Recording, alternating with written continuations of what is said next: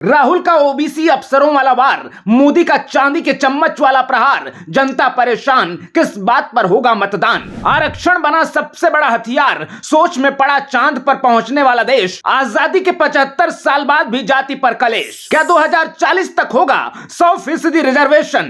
देश को शर्मिंदा करने वाले सवाल, बिहार से महाराष्ट्र तक मचा बवाल। एक नौकरी 1000 आवेदन 70 कोटा, जान दे रहे हैं युवा। सुप्रीम कोर्ट की चिंता, भविष्य का भारत ऐसे बनेगा। देश चुनावी मोड में है, रैलियों का दौर चल रहा है, हर कोई अपनी क्रांति गिना रहा है, लेकिन इसके बावजूद किसी के पास कुछ नया नजर नहीं आ रहा है। अब तक के अभियान से साफ हो गया है कि अब भी लड़ाई जाति पर ही लड़ी जा रही है और सभी पार्टियों के लिए आरक्षण सबसे बड़ा हथियार है। बिहार में जाति सर्वे के बाद नीतीश सरकार 75% आरक्षण का प्रावधान लेकर आई है। महाराष्ट्र में मराठा आरक्षण को लेकर भयंकर बवाल मचा हुआ है। मोदी सरकार संसद में महिला आरक्षण को बड़ी उपलब्धि बता रही है। कुल मिलाकर जब देश में आरक्षण को कम करने या आर्थिक आधार पर आरक्षण की बहस चल रही है, इस बीच पार्टियां अपने अपने एजेंडे के हिसाब से इसे और आगे बढ़ा रही हैं। बिहार में आरक्षण कोटा बढ़ाने के प्रावधान को बीजेपी ने भी सहमति दी। दरअसल किसी भी पार्टी के पास इतनी हिम्मत नहीं है कि वो किसी भी आरक्षण का विरोध कर सके। कंपटीशन ऐसा है कि अब कई और राज्यों में आरक्षण बढ़ाने की होड़ मच सकती है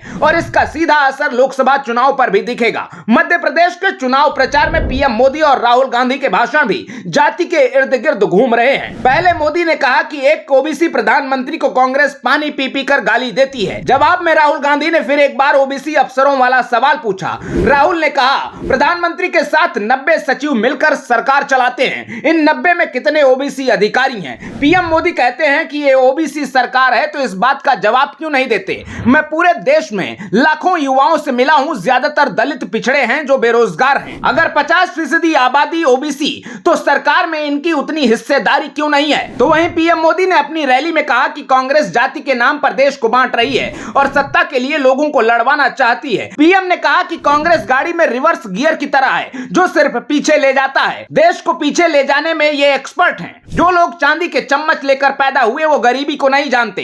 देश में सिर्फ एक ही जाति है, वो है गरीब जाति। अब ऐसे में एनडीए और इंडिया दोनों की रणनीति से साफ है कि इस दौर में जाति की राजनीति को नई रफ्तार मिल गई है। जब संविधान बना तो एक प्रावधान रखा गया था कि चुनाव में आरक्षण 10 साल बाद रिव्यू किया जाएगा, लेकिन रिव्यू के नाम पर 70 साल से बस इसे आगे बढ़ा दिया जाता है, क्योंकि किसी भी पार्टी के पास इसे छेड़ने की हिम्मत नहीं है। ऐसे में जिस रफ्तार से आरक्षण बढ़ रहा है, उस हिसाब से नई पीढ़ी को 100% आरक्षण का सामना करना पड़ेगा। देश के 30 राज्य और केंद्र शासित प्रदेशों में पहले से ही 50% आरक्षण लागू है। सिर्फ 5 राज्यों में 50% की सीमा तक आरक्षण दिया गया है। इस व्यवस्था को लेकर सुप्रीम कोर्ट भी चिंता जता चुका है। ईडब्ल्यूएस कोटे पर बहस के दौरान कोर्ट ने सरकार से पूछा था कि आखिर कितनी पीढ़ियों तक आरक्षण चलेगा। 2021 में जब मराठा आरक्षण को रद्द किया, तब भी सुप्रीम कोर्ट ने गंभीर सवाल उठाए थे। कोर्ट ने कहा था कि मराठा राज्य को रूल कर रहे हैं, फिर भी उन्हें दबा कुचला बताया जा रहा है। रिजर्वेशन पर मची होड़ पर सुप्रीम कोर्ट ने कहा था, सरकार को पता होना चाहिए कि देश आगे बढ़ रहा है या हम समाज को पीछे ले जा रहे हैं। कोर्ट ने नौकरी और पढ़ाई में आरक्षण पर भी चिंता जाहिर की थी, लेकिन इतना सब होने के बाद भी